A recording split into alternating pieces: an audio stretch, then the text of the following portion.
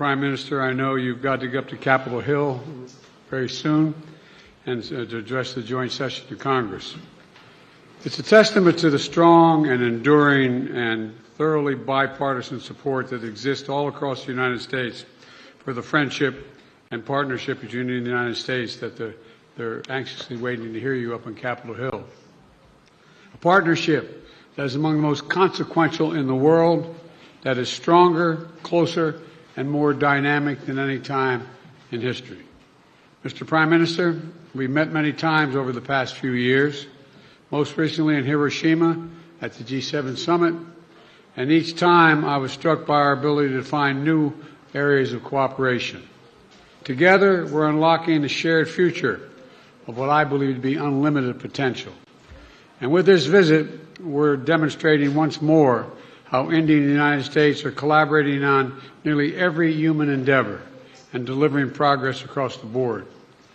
From designing new ways to diagnose and treat illnesses like cancer and diabetes, to collaborating on human spaceflight, including sending an Indian astronaut to the International Space Station in 2024, to accelerating the global clean energy transition and tackling the climate crisis we face, to harnessing our shared expertise on critical and emerging technologies like quantum computing and artificial intelligence, to ensuring they are not used as tools of misinformation and oppression. We are doubling down on our cooperation to secure our semiconductor supply chains, advancing Open RAN telecommunications networks, and growing our major defense partnership with the more joint exercises, more cooperation between our defense industries, and more consultation and coordination across all domains. Our economic relationship is booming. Trade between our countries has almost doubled over the past decade to more than $191 billion, supporting tens of thousands of good jobs in both India and the United States. Add to that, 1 million American jobs across 44 states will be supported by the purchase of more than 200 American-made Boeing aircraft by that Air India is announcing earlier this year. And with this visit, Indian firms are announcing more than $2 billion in new investments in manufacturing, solar in Colorado, steel in Ohio, and optic fiber in South Carolina, and much more. Further proof that America's manufacturing is back. We're expanding educational exchanges for our students, building on the record 125,000 student visas for Indians to study in the United States we issued last year, and opening new consulates that's going to make it easier for our people to travel, work, and collaborate together.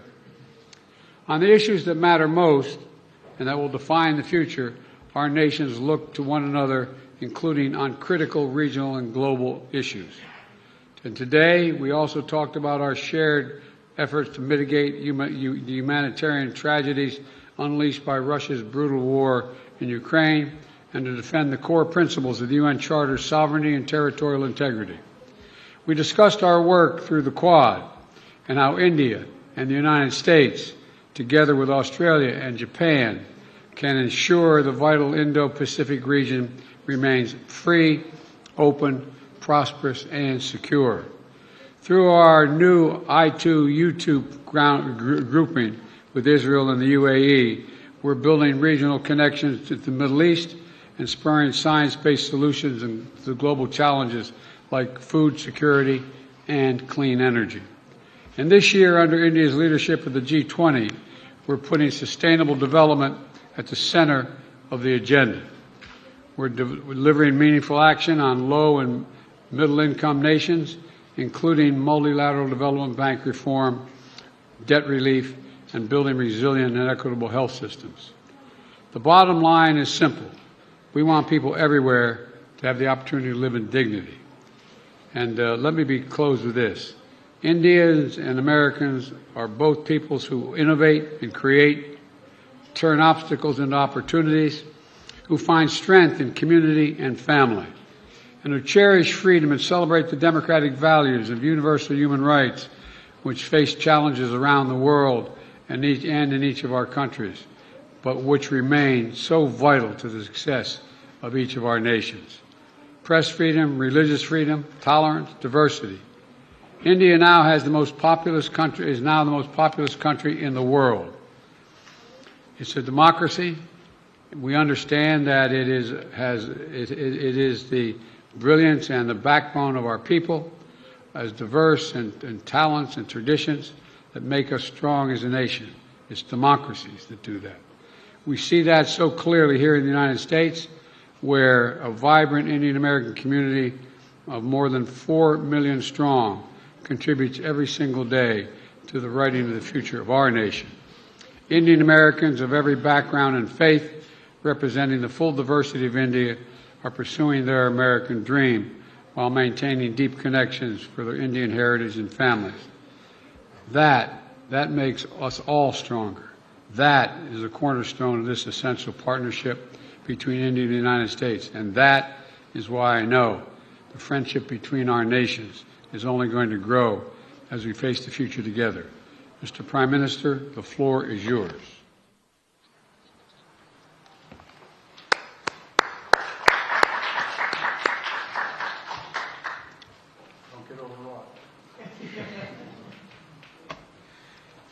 Your excellency राष्ट्रपति Biden, दोनों देशों के delegates, media के साथियों, नमस्कार। सबसे पहले मैं राष्ट्रपति बाइडेन को उनके मित्रतापूर्ण शब्दों और भारत अमेरिका संबंधों के बारे में उनके सकारात्मक विचारों के लिए धन्यवाद देता हूं। फ्रेंड्स, आज का दिन भारत और अमेरिका के संबंधों के इतिहास में एक विशेष महत्व रखता है। आज की हमारी चर्चा और हमारे द्वारा लिए गए महत्वपूर्ण निर्णयों से हमारी कॉम्प्रिहेंसिव ग्लोबल स्ट्रेटेजिक पार्टनरशिप में एक नया अध्याय जुड़ा है।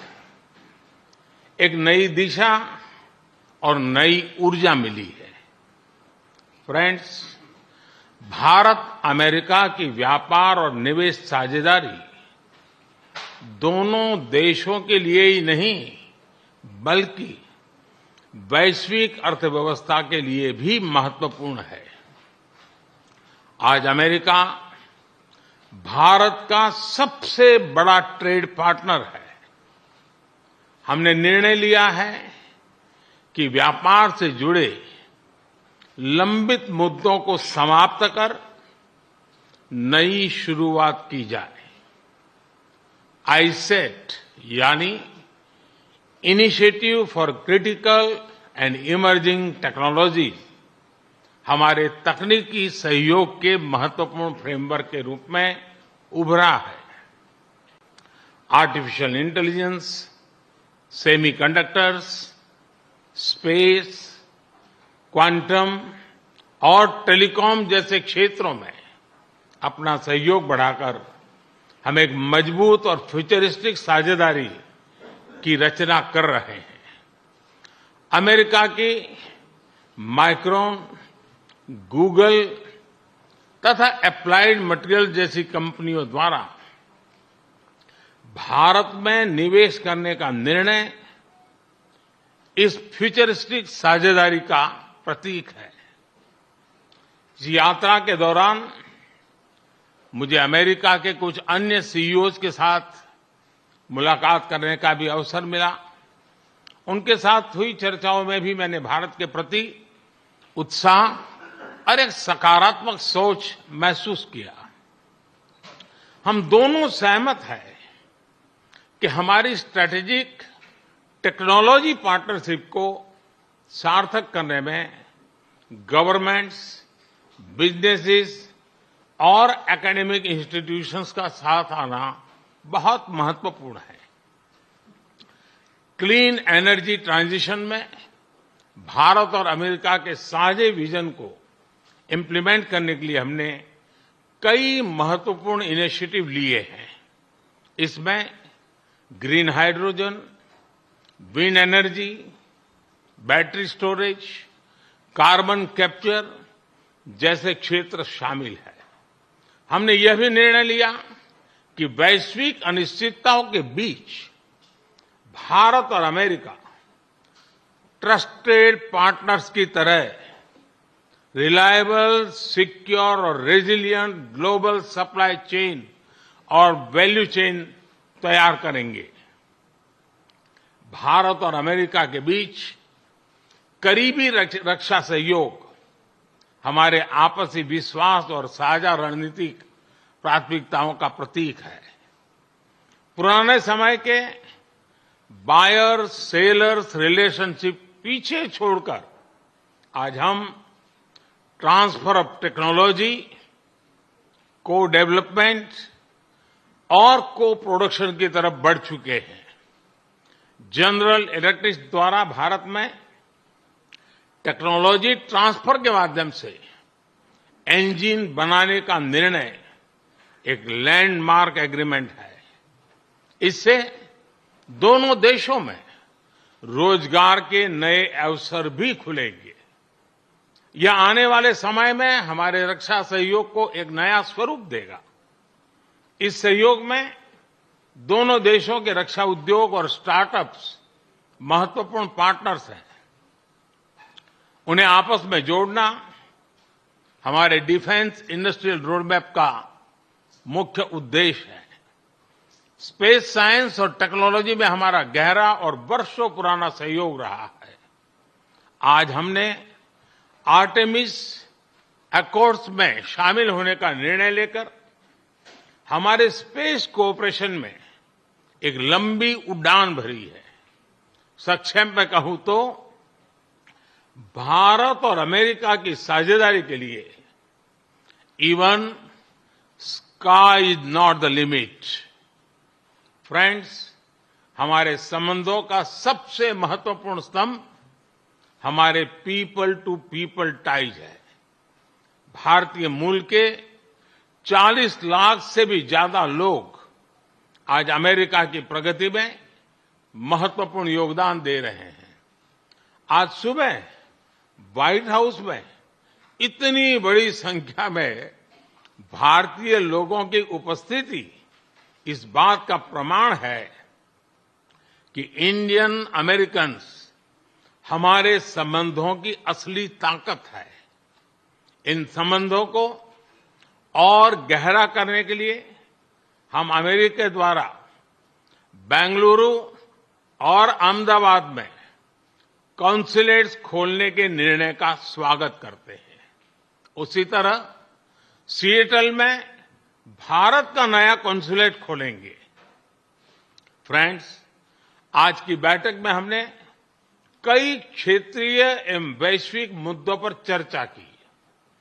इंडो पैसिफिक में शांति और सुरक्षा यह हमारी साझा प्राथमिकता है। हम एकमत है कि इस क्षेत्र का विकास और सफलता पूरे विश्व के लिए महत्वपूर्ण है। हमने क्वाड पार्टनरशिप के साथ मिलकर इस क्षेत्र के सभी देशों के साथ अपना समन्वय बढ़ाने पर विचार साझा किए। आतंकवाद और कट्टरवाद के खिलाफ लड़ाई में भारत और अमेरिका कंधे से कंधा मिलाकर चल रहे हैं। हम सहमत हैं कि क्रॉस बॉर्डर टेररिज्म को समाप्त करने के लिए ठोस कार्रवाई आवश्यक है। कोविड महामारी और यूक्रेन संघर्ष से ग्लोबल साउथ के देश विशेष रूप से पीड़ित हुए हैं। हमारा मत है कि इन समस्याओं के समाधान के लिए सभी देशों का एकजुट होना अनिवार्य है। यूक्रेन के घटनाक्रम के शुरुआत से ही भारत ने डायलॉग और डिप्लोमेसी के माध्यम से इस विवाद को सुलझाने पर जोर दिया है। हम शांति की बहाली के लिए हर संभव योगदान देने के लिए पूरी तरह से तैयार हैं। भारत की G20 की अध्यक्षता में हम one earth, one family, one future उस पर बल दे रहे हैं। ग्लोबल साउथ की प्राथमिकताओं को आवाज दे रहे हैं। मैं राष्ट्रपति बाइडेन का धन्यवाद करता हूं कि उन्होंने अफ्रीका को G20 का पूर्ण सदस्य बनाने के मेरे प्रस्ताव पर समर्थन जताया है। फ्रेंड्स, हमारे सभी साझे प्रयासों का मूल मंत्र है लोकतंत्र और लोकतांत्रिक मूल्यों तथा व्यवस्थाओं को सशक्त करना। विश्व के दो सबसे बड़े लोकतंत्र भारत और अमेरिका मिलकर विश्व शांति, स्थिरता, समृद्धि में महत्वपूर्ण सहयोग दे सकते हैं।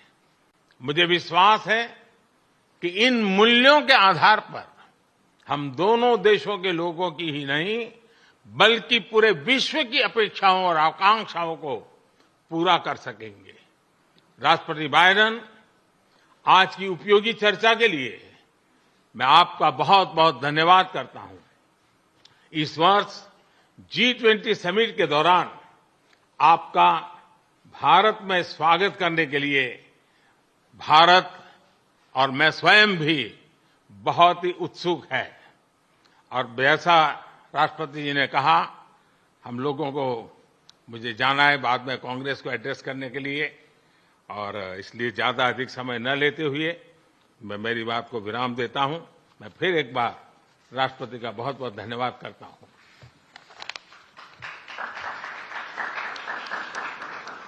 Well, the Congress is actually waiting and anxiously waiting to hear you.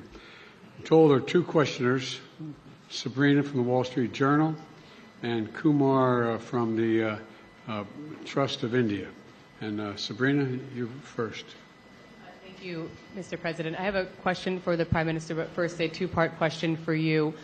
Your comments at a fundraiser this week appear to be the first time in recent memory that a sitting U.S. president has called a Chinese leader a dictator. Did those comments about President Xi undermine or complicate the progress your administration has made in maintaining a relationship with China? And secondly, on India, as you raise these broader issues of human rights and democracy, what is your message to those, including some members of your own party, who say that your administration is overlooking the targeting of religious minorities and crackdown on dissent in Prime Minister Modi's country? The answer to your first question is no. When we're talking to our allies and partners around the world, including India, we let the idea of my choosing and avoiding saying what I think is the facts with regard to the relationship with India, with China, is just not something I'm going to change very much. I think I believe that, and I've said this for some time, that the hysteria about the relationship with China is collapsing and moving, et cetera, et cetera. We had an incident that caused some confusion, you might say. But Secretary Blinken had a great trip to China. I expect to be meeting with President Xi sometime in the future, in the near term, and I don't think it's had any real consequence. And what was your second question? So as you raise these broader issues of human rights and democracy, what is your message to those, including some members of your own party, who believe that your administration is overlooking the targeting of religious minorities and a crackdown on dissent in India? Well, look, the Prime Minister and I had a good discussion about democratic values, and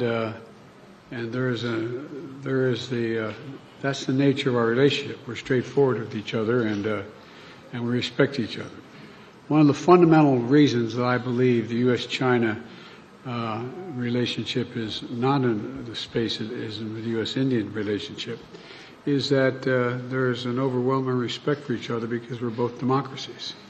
And it's a common democratic character of both our countries and our people, our diversity, our culture, our open, tolerant, robust debate. And I believe that we believe in the dignity of every citizen.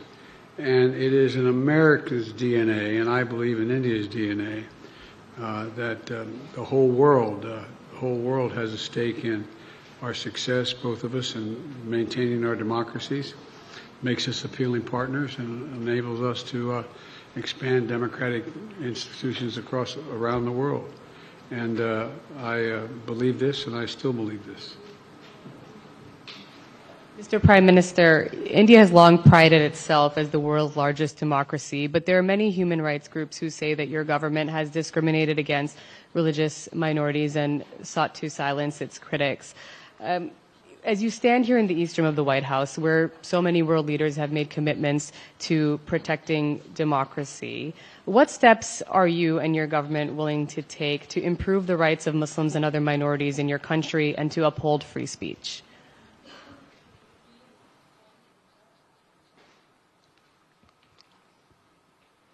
मुझे आश्चर्य हो रहा है कि आप कह रहे हैं कि लोग कहते हैं नहीं, भारत डेमोक्रेसी है। और जैसा राष्ट्रपति बाइडेन ने कहा, भारत और अमेरिका दोनों के डीएनए में लोकतंत्र है। लोकतंत्र हमारा स्पिरिट है, लोकतंत्र हमारी रगों में है, लोकतंत्र को हम जीते हैं और हमारे पूर्वजों ने उसको शब्दों में ढाला है संविधान के रूप में। और हमारी सरकार लोकतंत्र के मूलभूत मूल्यों को आधार लेकर के बने हुए संविधान के आधार पर चलती है। और हमारा संविधान और हमारी सरकार, और हमने सिद्ध किया है डेमोक्रेसी कैन डिलीवर। और जब मैं डिलीवर कहता हूं तब कास्ट, क्रीड, रिलीजन, जेंडर, किसी भी भेदभाव को वहां जगह नहीं होती है। और जब हम लोकतंत्र की बात करते हैं तब अगर ह्यूमन वैल्यूज नहीं है, ह्यूमैनिटी नहीं है, ह्यूमन राइट्स नहीं है, फिर तो वो डेमोक्रेसी है ही नहीं। और इसलिए जब आप डेमोक्रेसी कहते हैं, जब डेमोक्रेसी को स्वीकार करते हैं और जब हम डेमोक्रेसी को लेकर के जीते हैं, तब डिस्क्रिमिनेशन का कोई सवाल ही नहीं उठता है। और इसलिए भारत सबका साथ, सबका विकास, सबका विश्वास, सबका प्रयास, उन मूलभूत सिद्धांतों को लेकर के, और इसलिए हम चलते हैं। भारत में सरकार के जो बेनिफिट्स हैं वो एक्सेस टू ऑल है, जो भी उसके हकदार हैं उन सबको मिलते हैं। इसलिए भारत के लोकतांत्रिक मूल्यों में कोई भेदभाव नहीं है, न धर्म के आधार पर, न जाति के आधार पर, न उम्र के आधार पर, न भूभाग के आधार पर।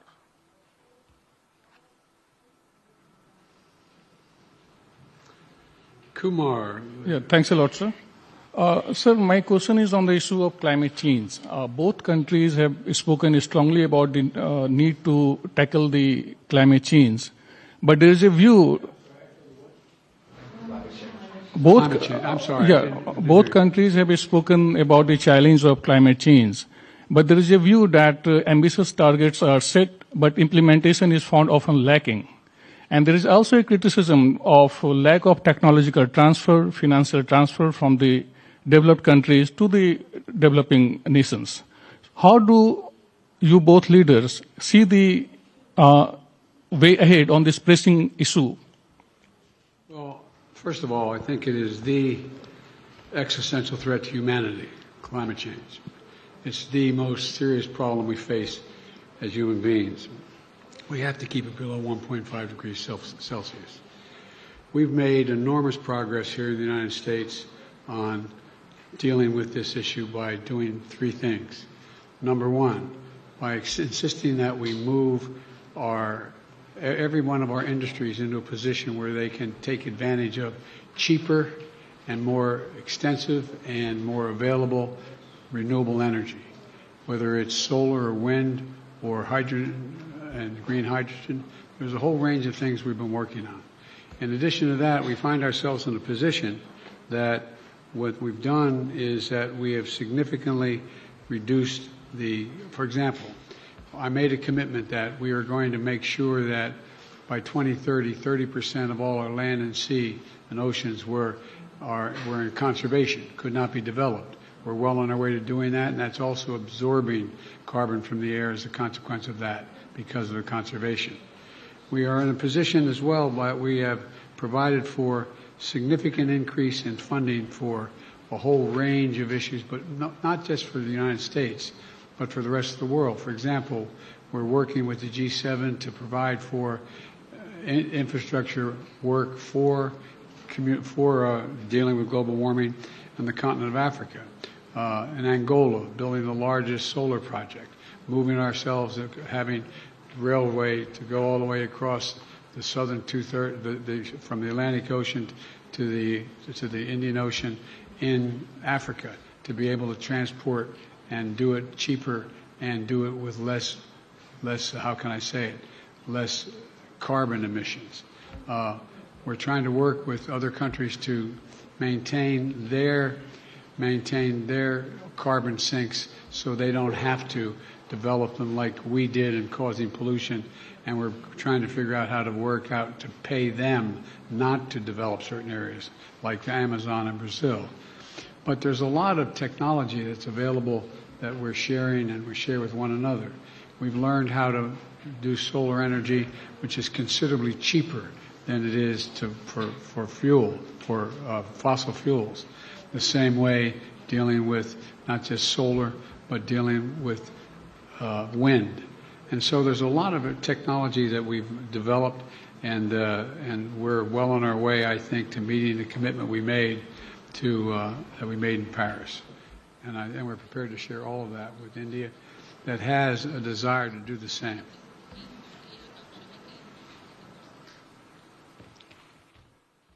एक्सेलेंसी, आपने सही कहा। जहां तक भारत का सवाल है, एनवायरमेंट, क्लाइमेट, ये हमारे सांस्कृतिक परंपरा में अत्यंत महत्वपूर्ण स्थान है उसका। हमारे लिए एनवायरमेंट ये आर्टिकल ऑफ फेथ है। ये कन्वीनियंस के कारण करने का हमारा काम नहीं है, हम ये मानते हैं। हम एक्सप्लॉयटेशन ऑफ नेचर में विश्वास नहीं करते हैं। पूरे सृष्टि को चलाने के लिए मिल्किंग ऑफ नेचर तक तो चल सकता है, लेकिन एक्सप्लॉयटेशन ऑफ नेचर नहीं चल सकता है।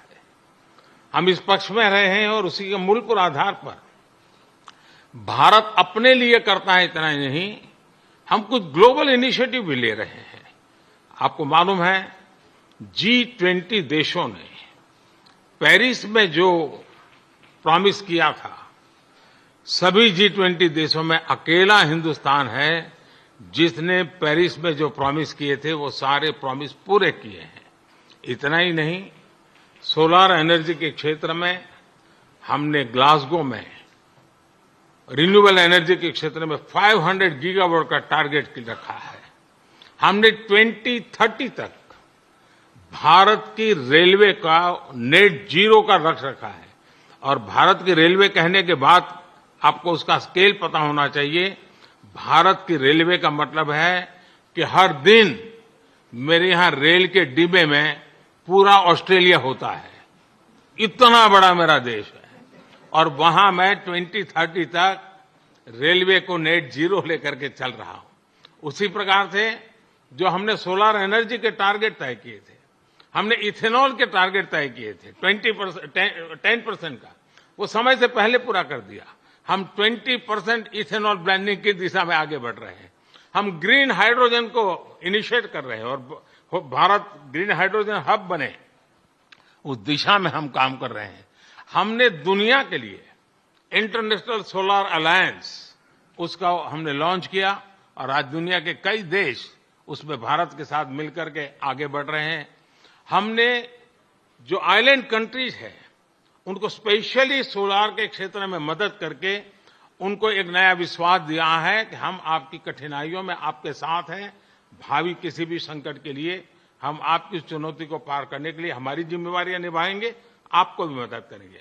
हम वो देश हैं जिसने एक और नया क्षेत्र हाथ लिया है। हम देख रहे हैं कि नेचुरल कैलेमिटी के कारण आज मनुष्य मृत्यु की चर्चा तो होती है, लेकिन इंफ्रास्ट्रक्चर का इतना नुकसान होता है जो 50-50 साल तक भरपाई नहीं हो सकता। और इसलिए ये जो क्लाइमेट चेंज के कारण जिस प्रकार का संकट आ रहा है, तो ऐसा इंफ्रास्ट्रक्चर बनना चाहिए जिसमें रेजिलियंस हो, और इसके लिए CDRI हमने एक ग्लोबल ऑर्गेनाइजेशन को जन्म दिया है। और आपको पता होगा, मैंने ग्लासगो के अंदर एक विषय रखा है दुनिया के सामने, और जिसको पिछले दिनों UN सेक्रेटरी जनरल और मैंने उसको लॉन्च किया है, वो है मिशन लाइफ। और जब मैं लाइफ कहता हूं तब life style for environment. Her individual को प्रो क्लाइमेट, प्रो एनवायरमेंट अपना जीवन जीने का तरीका डेवलप करना होगा। इतने बड़े संकट के लिए उस दिशा में भी हम काम कर रहे हैं, और मुझे विश्वास है कि भारत ने जो आज इन क्षेत्रों में काम शुरू किया है, इसलिए नहीं कि भारत ने दुनिया के एनवायरमेंट को बुरा किया है, लेकिन हम इसलिए कर रहे हैं कि हमारी भावी पीढ़ी की हमें चिंता है। हम हमारी भावी पीढ़ी को ऐसा विश्व नहीं दे सकते हैं कि जिसके लिए उसके लिए जीना कठिन हो जाए। और इसलिए एक ग्लोबल रिस्पांसिबिलिटी के रूप में भारत ने खुद ने कुछ बुरा नहीं किया है, तो भी अच्छा करने में, योगदान देने में हम अग्रिम भूमिका निभा रहे हैं, और हम आगे भी निभा रहेंगे। जहां तक समृद्ध देश हैं, लगातार चर्चा रही है, टेक्नोलॉजी ट्रांसफर हो, फाइनेंशियल मदद हो, और धीरे धीरे विश्व भी मन बना रहा है कि जो देश इसमें करना चाहते हैं उनको टेक्नोलॉजी की मदद मिले, उनको फाइनेंशियल मदद मिले। हम प्रतीक्षा कर रहे हैं कि जितना जल्दी इस विषय में आगे बढ़ेंगे, दुनिया को इस संकट से हम जल्दी से मुक्त कर पाएंगे। धन्यवाद। Let me add one thing to that. We have caused damage in the United States the way we developed over the last 300 years. And that's why I was able to convince my colleagues in the Congress to pass legislation, the largest climate fund ever in American and the world history, $369 billion. $369 billion to deal with the climate crisis. And we're doing it extensively now, and I think you're going to see significant progress. Thank you all very, very much. President,